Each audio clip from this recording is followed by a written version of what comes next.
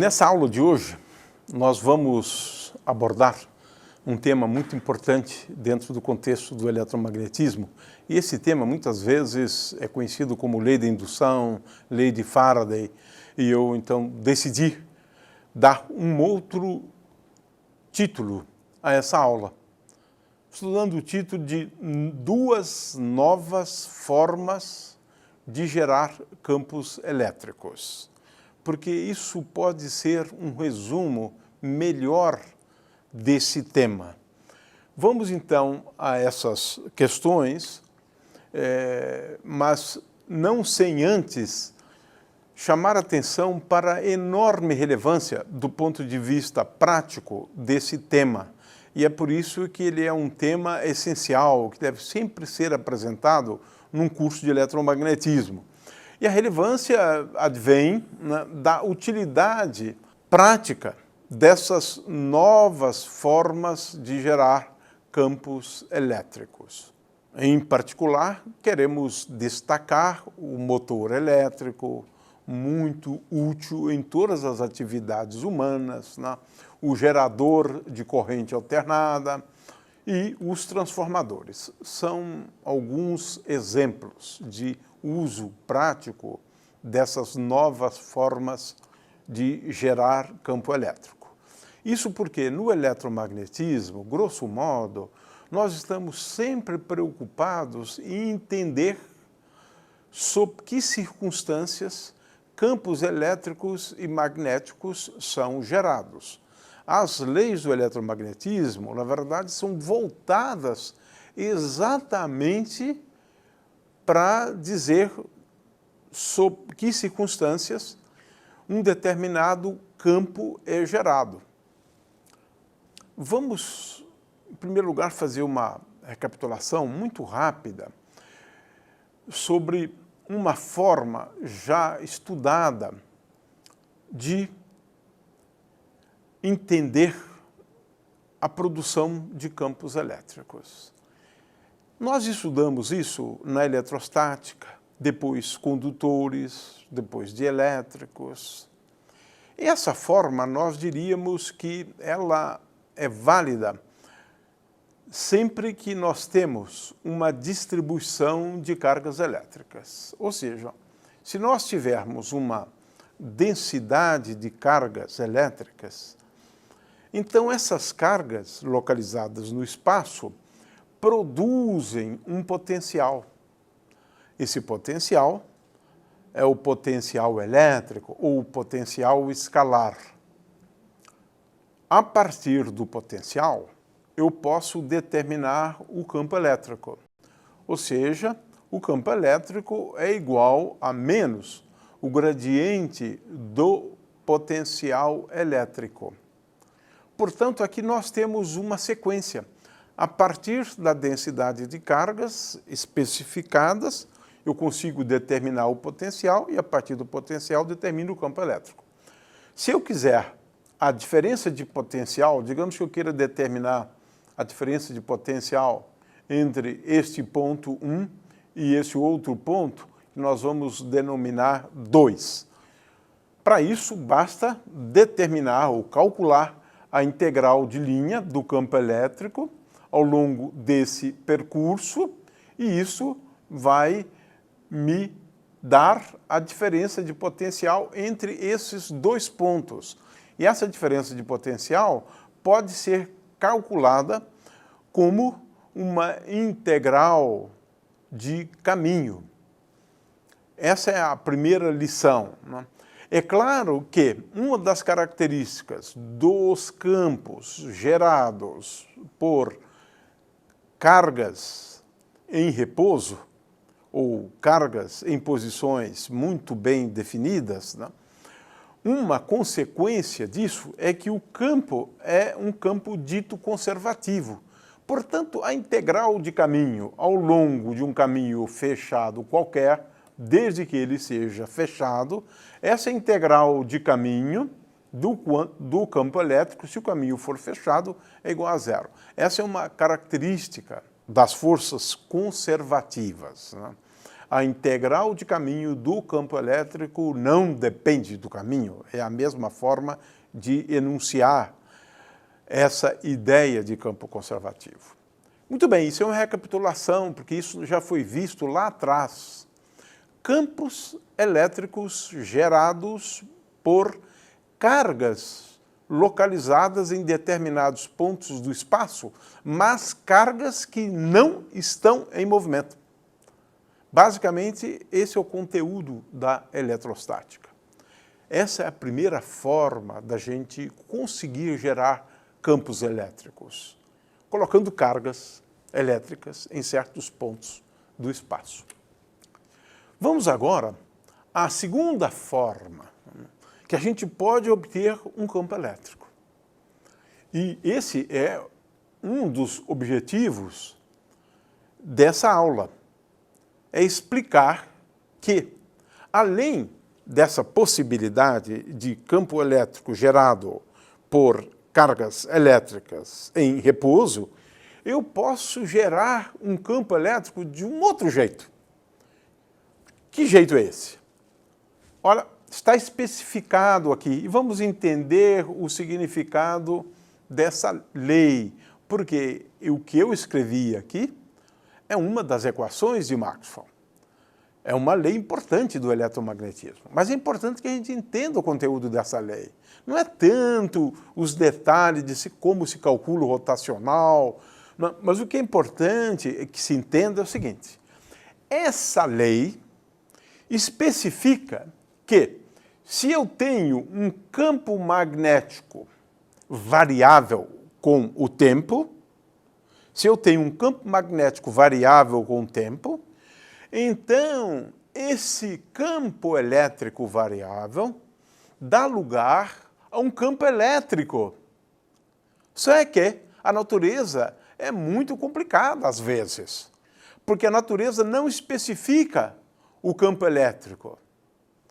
A natureza apenas especifica a taxa de variação do campo elétrico resultante do fato de que o campo magnético varia com o tempo.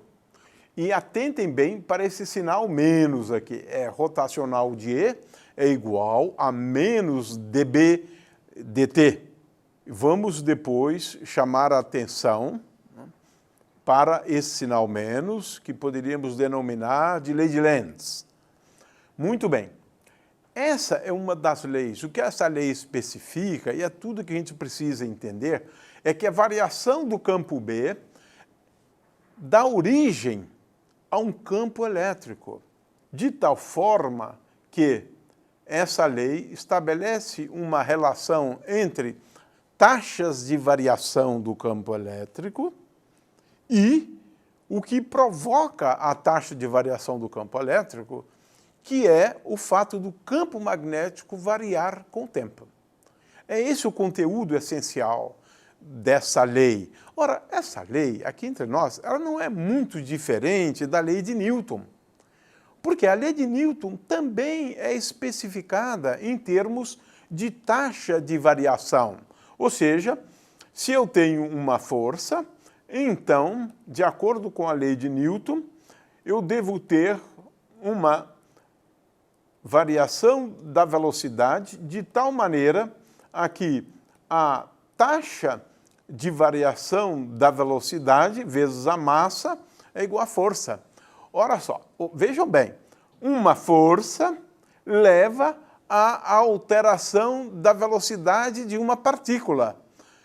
E essa alteração é dada em termos de taxa de variação. Ou seja, no fundo e em última análise, essa lei não é tão diferente dessa. Ela tem basicamente o mesmo conteúdo. Um campo magnético variando com o tempo leva à alteração de um campo elétrico, e essa alteração ela é dada por uma taxa de variação, porque o rotacional de E, na verdade, é uma taxa de variação pontual do campo elétrico. Então, essa é a principal conclusão, que se nós tivermos um campo magnético variando com o tempo, ele vai dar lugar a um campo elétrico. É o fenômeno da indução. Um campo magnético variando induz um campo elétrico. E esse campo elétrico é tal que sua taxa de variação é igual a menos dB dt. É importante, basicamente, entender apenas o significado dessa lei, que é conhecida muitas vezes como lei de Faraday, na formulação de Maxwell, né? Então, essa é a primeira conclusão. Um campo magnético variando com o tempo dá origem a um campo elétrico, e esse campo elétrico, dentro de um condutor, por exemplo, leva à geração ou à produção de uma corrente elétrica. E essa é a coisa básica. Esse fenômeno ele foi descoberto por Faraday pela primeira vez, né? E aqui eu tenho uma figura que ilustra isso, mas na videoaula nós temos vários exemplos, né, desse fenômeno. Se eu aproximar o ímã e movimentar, portanto, o ímã nessa direção, quando eu movimentar o ímã, vamos observar uma corrente elétrica numa bobina ou numa espira. E é esse o fenômeno. Se eu parar esse movimento, cessa a corrente. Se eu trouxer de volta o ímã para aquele lugar onde ele estava no início, também vamos gerar uma corrente elétrica. Por que isso? Ao aproximar o ímã, o campo magnético estará variando com o tempo em cada ponto. E é esse o aspecto essencial. Quando eu aproximo um ímã de uma bobina, vai acontecer de haver um movimento de cargas elétricas, porque elas experimentam a ação de um campo elétrico, mas não é o campo elétrico que resulta de uma distribuição de cargas. Não. Esse campo elétrico surgiu porque houve uma variação do campo magnético com o tempo. A experiência de Faraday, ela pode ser ilustrada aqui com duas bobinas, né? O que ele percebeu é que, ao fazer passar a corrente por uma delas,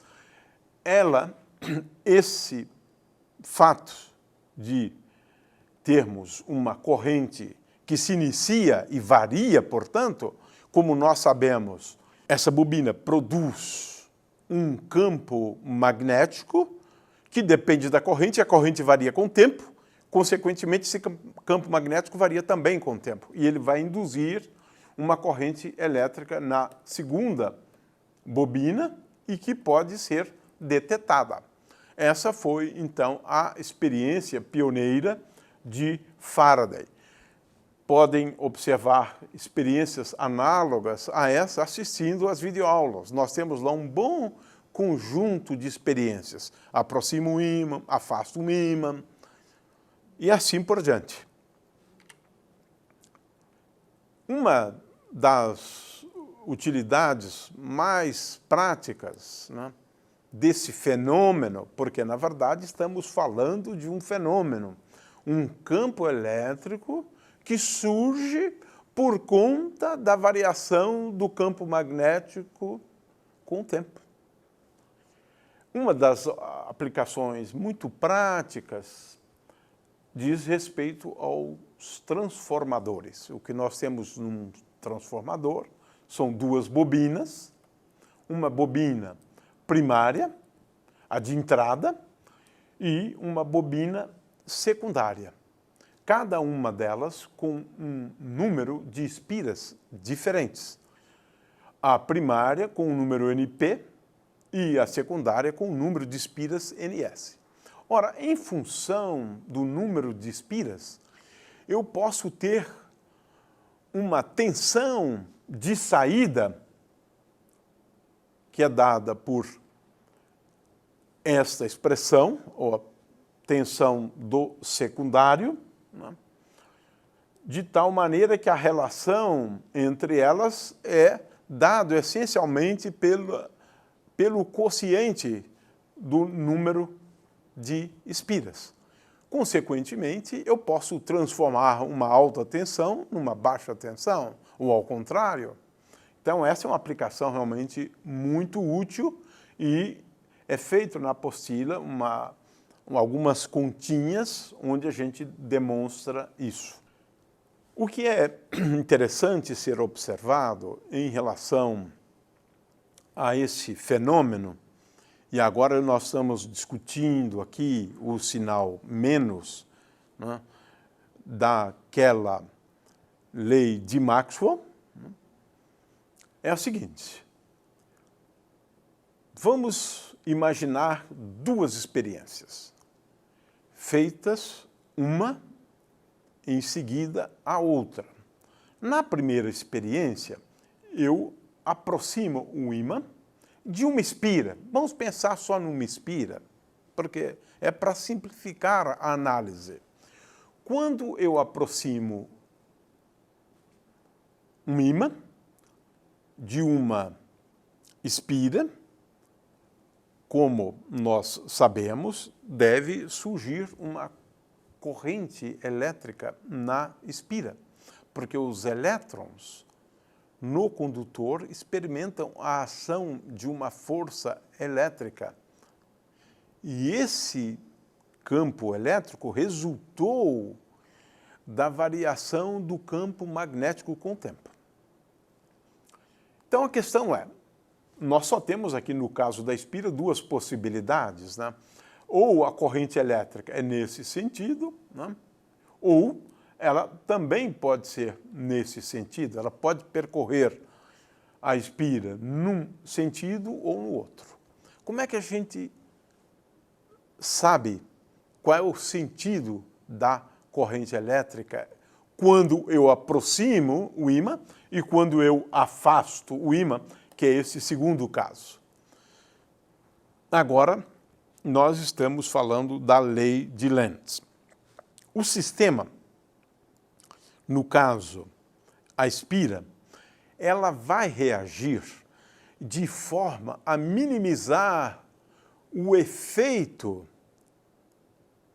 desse agente que está provocando o surgimento da corrente elétrica. Portanto, como é que nós podemos especificar a corrente? Ora, o sistema deve fazer com que a variação do fluxo do campo magnético através da espira seja o mínimo possível. Para isso, ela vai produzir, a espira, um campo elétrico de tal maneira a reduzir o fluxo. E a forma de fazê-lo, agora usando então essa regra da mão direita, é produzindo um campo magnético que se oponha a esse campo magnético do ímã. Portanto, não é difícil prever que a espira, a corrente na espira, vai ser obrigatoriamente nesse sentido. E isso com base na lei de Lenz. E quando afastarmos, aí ocorre o oposto. O fluxo do campo magnético está diminuindo e a tendência, então, é gerar um campo no sentido de aumentar. E, portanto, a corrente agora tem esse sentido. Esse é basicamente o sentido do sinal menos na lei de Maxwell, relativo ao rotacional do campo elétrico. Agora vamos a mais uma forma de gerar campos elétricos. Bom, essa é uma coisa um pouco mais sutil, mas é muito curiosa e seria importante que entendessem esse aspecto, porque é importante para geração, por exemplo, de energia, né, num gerador, né, por exemplo, daqueles que temos em Itaipu, né? Para isso, a gente vai considerar um caso que é diferente, rigorosamente diferente do caso anterior. Por quê? No caso anterior, o que nós tínhamos? Nós tínhamos um campo magnético, nesse caso, um campo magnético variável com o tempo. É isso que nós analisamos agora há pouco. Situações nas quais o campo magnético varia com o tempo. Agora, nós vamos estudar uma situação realmente diferente. E esse é um segundo fenômeno. São fenômenos diferentes, né? Mas, como veremos logo em seguida, eles podem ser descritos por meio de uma lei só. Eu quero chamar a atenção para o fato de que no livro do Feynman, ele chama muito a atenção para isso, né? Isso é uma coisa rara. Dois fenômenos distintos, sendo descritos pela mesma lei. Eu não especifiquei a lei ainda, estou apenas antecipando esse fato. Esse aqui é um pouco mais sutil. Veja só, eu tenho aqui, digamos, um ímã que está fixo, mas agora, digamos, uma bobina ou uma espira está em movimento. Aí você vai me dizer, peraí, mas é diferente mesmo, porque nesse caso, o campo magnético é constante, ele não varia com o tempo. Eu tenho um ímã ali paradinho.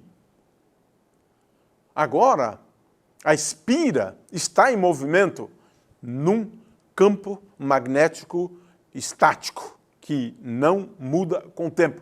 É diferente. Veja-se que no caso anterior, eu tinha um campo magnético que varia com o tempo, e ele dá origem a um campo elétrico. Agora a situação é diferente.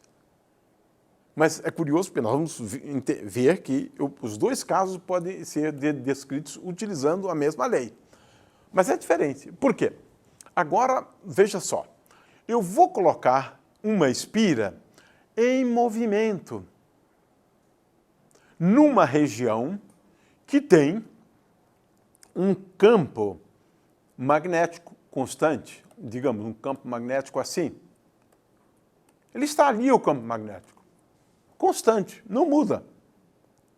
E agora eu pego uma espira, digamos com uma manivelinha, e coloco a espira em movimento circular. E agora tem uma coisa curiosíssima. A gente pode fazer essa análise de duas formas distintas. Uma é muito sutil, e é isso que eu gostaria de chamar a atenção. Em primeiro lugar, você poderia se colocar como um mero observador que está vendo os elétrons em movimento, sim, porque essa espira está girando, os elétrons que estão aqui no interior do condutor, né, estão em movimento com velocidade v.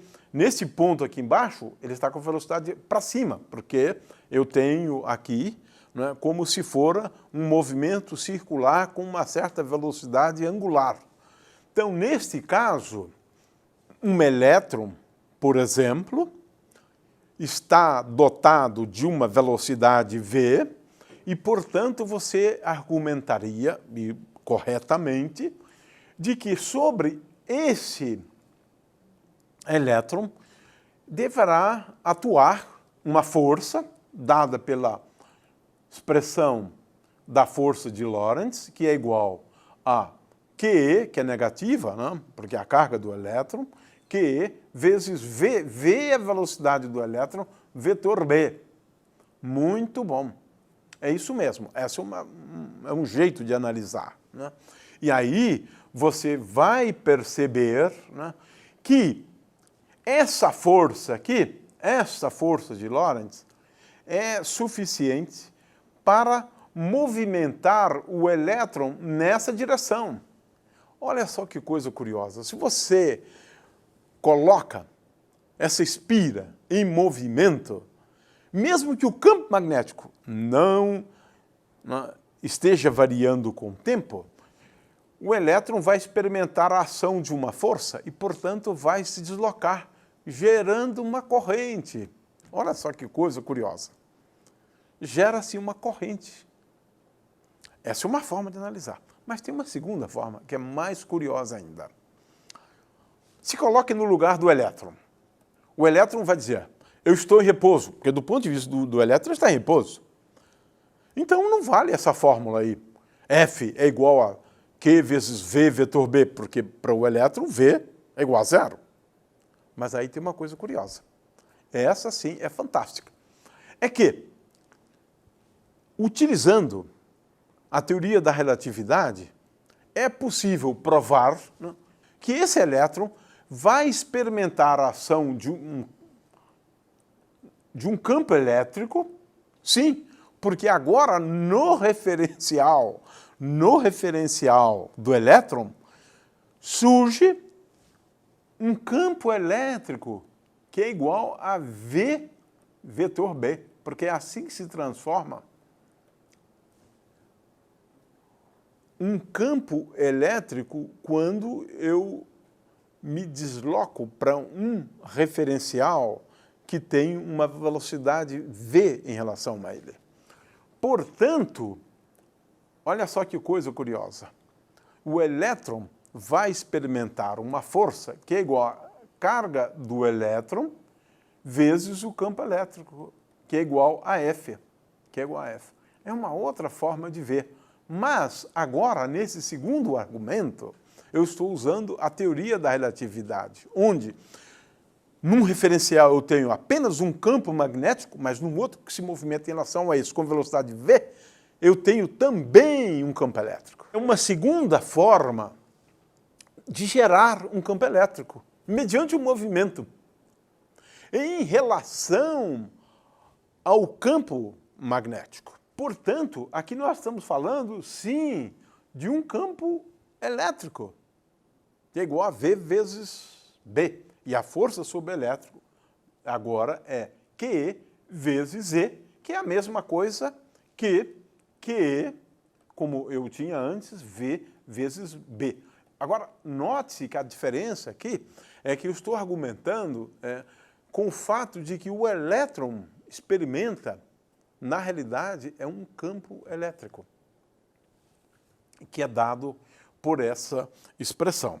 Agora, vamos às muitas aplicações, né? A primeira aplicação é construção de motores. Por quê? Se eu faço passar, né, uma corrente elétrica I por essa espira, olha só a corrente elétrica aí.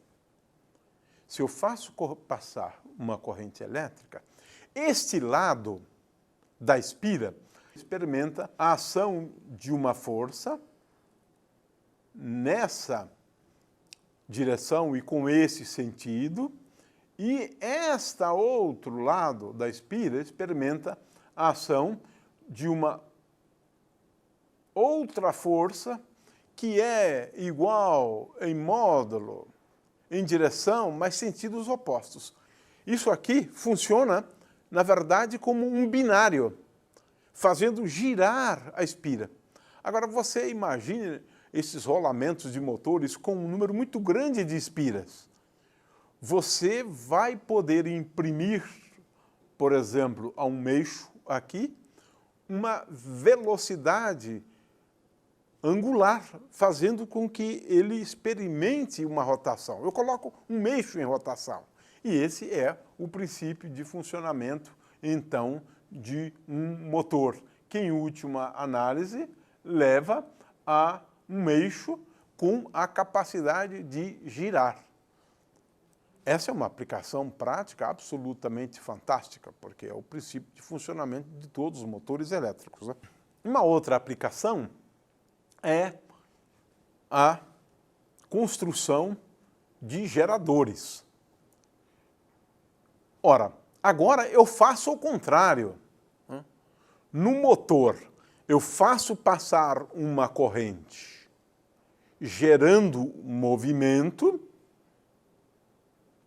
No gerador, eu faço o contrário. Eu coloco as espiras em movimento e, como resultado disso, nós devemos ter uma corrente elétrica, como nós já discutimos antes, né? Nós temos como resultado a geração de uma corrente elétrica. Então, a questão toda é qual é essa manivela aqui, né, que faz realmente gerar correntes elétricas alternadas, né, porque se estiver girando em movimento circular, esse movimento circular tem um período, e de acordo com o que foi demonstrado no texto, né, e nós vamos ver isso agora, o tipo de corrente induzida aqui é uma corrente alternada, né, e cuja frequência é a mesma frequência de rotação dessa manivela aqui. Muito bem, então o gerador é uma dessas coisas úteis que nós construímos com base nesses princípios bastante gerais. É claro que, no caso de uma usina hidrelétrica, nós não temos aquela manivelinha, mas nós utilizamos a água que passa por certas pás para movimentarem a bobina, ou movimentarem cada uma das espiras numa região que existe um campo magnético uniforme. Muito bem, para encerrar essa aula, e eu acho que é isso que deve ser ressaltado ao término dela, é que os dois fenômenos descritos anteriormente, quais são os dois fenômenos? O fato de que um campo magnético, variando com o tempo, dá origem a um campo elétrico, e o fato de que um campo elétrico também pode surgir como resultado desse aspecto relativístico, onde num referencial que eu tenho apenas um campo magnético, eu posso ter num outro referencial com velocidade v um campo elétrico também, onde esse campo elétrico é igual a v vezes b. Note-se aqui que é um fenômeno muito parecido com aquele que chamamos antes de lei de Biot-Savart. Lá era o contrário. Num referencial, eu tenho apenas um campo elétrico, no referencial do elétron, mas num referencial que vê o elétron em movimento, ele vê dois campos, um campo elétrico e um campo magnético. Aqui é o contrário, é o contrário. Num referencial que tem apenas um campo magnético, né, num outro que se move em relação a esse com velocidade v, pode surgir também, além do campo magnético, um campo elétrico. E essa é a lição aqui a ser aprendida. Mas, apesar de serem diferentes, o curioso é que eles são descritos por meio de uma só lei. É um pouco sofisticada essa lei na medida em que, chamada também pelo Feynman e por outros, né, como lei do fluxo, é uma lei importante porque ela descreve dois fenômenos ao mesmo tempo, né, e essa lei estipula que uma grandeza física chamada, denominada de força eletromotriz é igual a menos lei de Lenz dφ dt. Ou seja, a força eletromotriz é igual a menos a taxa de variação instantânea do fluxo do campo magnético. Ora, o fluxo do campo magnético numa superfície, e essa superfície aqui é uma superfície aberta, não é uma superfície fechada. Então, eu tenho aqui uma superfície e agora eu estou calculando o fluxo como uma integral de superfície, né? O fluxo nessa superfície, ao invés de ser F aqui, é o campo elétrico, é o campo magnético, né, em cada ponto da superfície. Então, eu calculo o fluxo como sendo uma integral de superfície. É claro que nós estamos falando aqui de uma integral envolvendo o produto escalar de dois vetores, mas é uma integral sobre uma superfície S aberta, de forma que, retomando, definindo o fluxo dessa forma, então a lei do fluxo estipula que essa grandeza, conhecida como força eletromotriz, é um nome histórico, porque na verdade não tem dimensão de força. Ela tem dimensão de potencial elétrico, a rigor. Então, a força eletromotriz, que é a integral de caminho fechado do campo elétrico ao longo de um caminho, a força eletromotriz é igual a menos dφ dt. Este caminho e essa superfície, de certa maneira, eles estão interligados.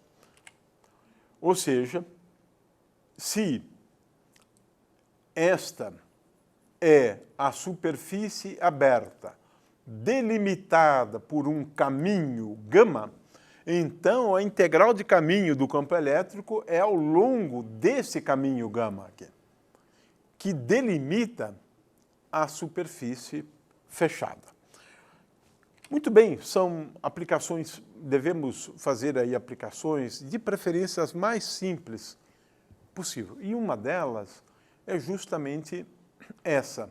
Eu considero uma espira de área S e digamos que o campo elétrico esteja nessa direção constante, esse é o campo magnético, que reina naquela região na qual a espira está em movimento, e consideremos o caso em que a normal da espira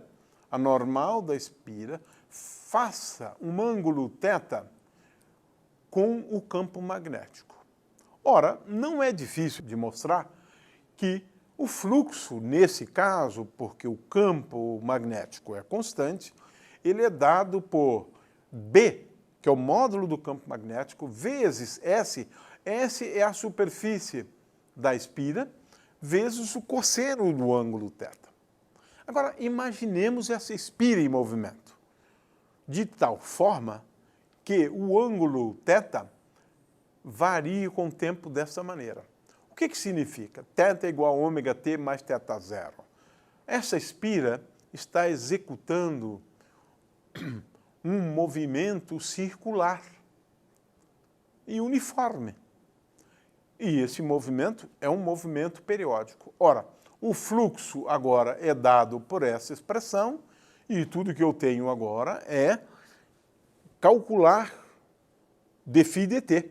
E isso é bastante simples, porque é isso que entra na lei do fluxo.